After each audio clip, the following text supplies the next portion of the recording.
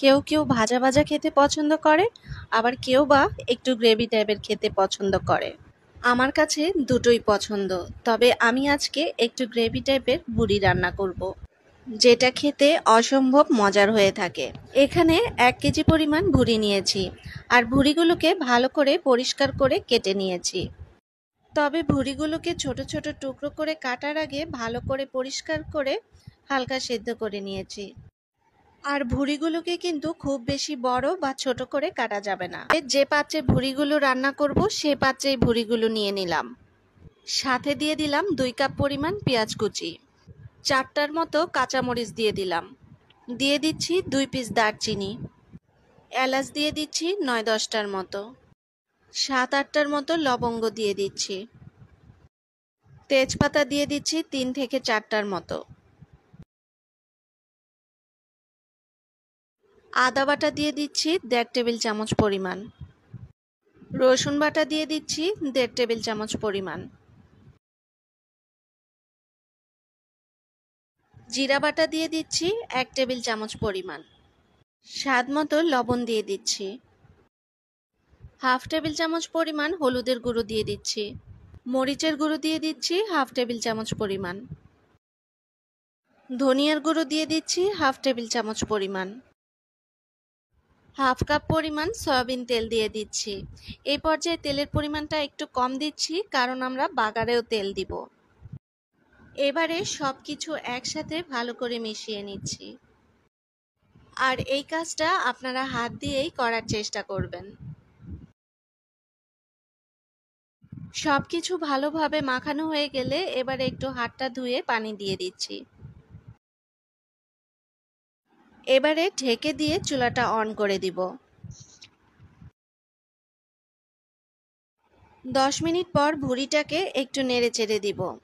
দেখতেই পাচ্ছেন ভুঁড়ি থেকে অনেকটা পানি উঠেছে। আবার কেউ চাইলে কিন্তু সবগুলো মশলা একসাথে না দিয়ে মশলাগুলো আগে কষিয়ে কাঁচা ভুঁড়িটা দিয়ে দিতে পারেন। এটা যার যার ইচ্ছা। তবে এইভাবে রান্না করলে ভুঁড়ি রান্নাটা অনেক সহজ হয়ে যায় আর খেতেও ভালো লাগে। এবারে চুলার আঁচ মিডিয়ামে রেখে আবারও ঢেকে দিচ্ছি 10 থেকে 15 মিনিটের জন্য। 15 মিনিট পর এবার ভুঁড়িগুলোকে ভালো করে নেড়েচেড়ে কষিয়ে নিব। অবশ্যই ভুঁড়িগুলোকে ভালো করে কষিয়ে নিতে হবে। ভুঁড়িগুলো কষানো যত ভালো হবে খেতেও তত ভালো লাগবে। ভুঁড়ি থেকে যে পানি উঠবে সেই পানিটা দিয়েই ভুঁড়িগুলো কষানো হয়ে যাবে। আর যদি পানি না ওঠে সেক্ষেত্রে অল্প একটু পানি অ্যাড করে দিতে পারেন। ভুঁড়িগুলো ভালো করে কষানো হয়ে গেলে এবারে গরম পানি দিয়ে দিলাম 1 লিটার পরিমাণ। আর তাছাড়া ভুঁড়িগুলো আপনারা কতটা নরম করে খেতে চান সে আন্দাজ করেই পানিটা দিয়ে দিবেন। কষানোতেই দেখা যাবে ভুঁড়িগুলো অর্ধেক সেদ্ধ হয়ে গিয়েছে। তাই পানির পরিমাণটা আপনারা আপনাদের পছন্দ মতো দিয়ে দিবেন। পানি দিয়ে আমি ঢেকে রেখেছিলাম প্রায় 25 মিনিটের জন্য, আর এই সময় চুলার আঁচ মিডিয়ামে ছিল। 25 মিনিট পর দেখতে পাচ্ছেন পানিটা অনেকটাই শুকিয়ে গিয়েছে, আর ভুঁড়িগুলোও কিন্তু সেদ্ধ হয়ে গিয়েছে। এই পর্যায়ে দিয়ে দিচ্ছি 1 টেবিল চামচ পরিমাণ ভাজা জিরার গুঁড়ো। আবারও ভালো করে মিশিয়ে নিচ্ছি। এই পর্যায়ে আপনাদের যদি মনে হয় ভুঁড়িগুলো একটু শক্ত রয়েছে, সেক্ষেত্রে আরেকটু গরম পানি অ্যাড করে দিয়ে ভুঁড়িগুলো আরেকটু নরম করে নিতে পারেন। ভাজা জিরার গুঁড়ো দিয়ে আবারও ঢেকে দিচ্ছি 15 মিনিটের জন্য, আর এই সময় চুলার আঁচ একেবারে লো থাকবে। 15 মিনিট পর ভুঁড়িগুলো একদম হয়ে গিয়েছে। আপনারা যদি এর থেকে আরও বেশি সফট করতে চান সেক্ষেত্রে আরও কিছুক্ষণ ঢেকে রেখে দিবেন। এই পর্যায়ে লবণটা চেক করে দেখবেন ঠিক আছে কিনা, যদি না হয় তাহলে আরেকটু অ্যাড করে দিতে পারেন। আবারও ঢেকে দিচ্ছি আর অন্য চুলায় বাগারের ব্যবস্থা করছি। একটি প্যানে হাফ কাপ পরিমাণ তেল দিয়ে দিচ্ছি। তেলটা সামান্য গরম হয়ে গেলে দিয়ে দিচ্ছি 3টা শুকনো মরিচ। মরিচগুলোকে একটু ভেজে নিচ্ছি। আপনারা চাইলে মরিচের পরিমাণ আরেকটু বাড়িয়েও দিতে পারেন। মরিচগুলো হালকা ভাজা হয়ে গেলে এবারে দিয়ে দিচ্ছি কিউব করে কেটে রাখা পেঁয়াজ। বড় সাইজের 5 কোয়া রসুন দিয়ে দিচ্ছি।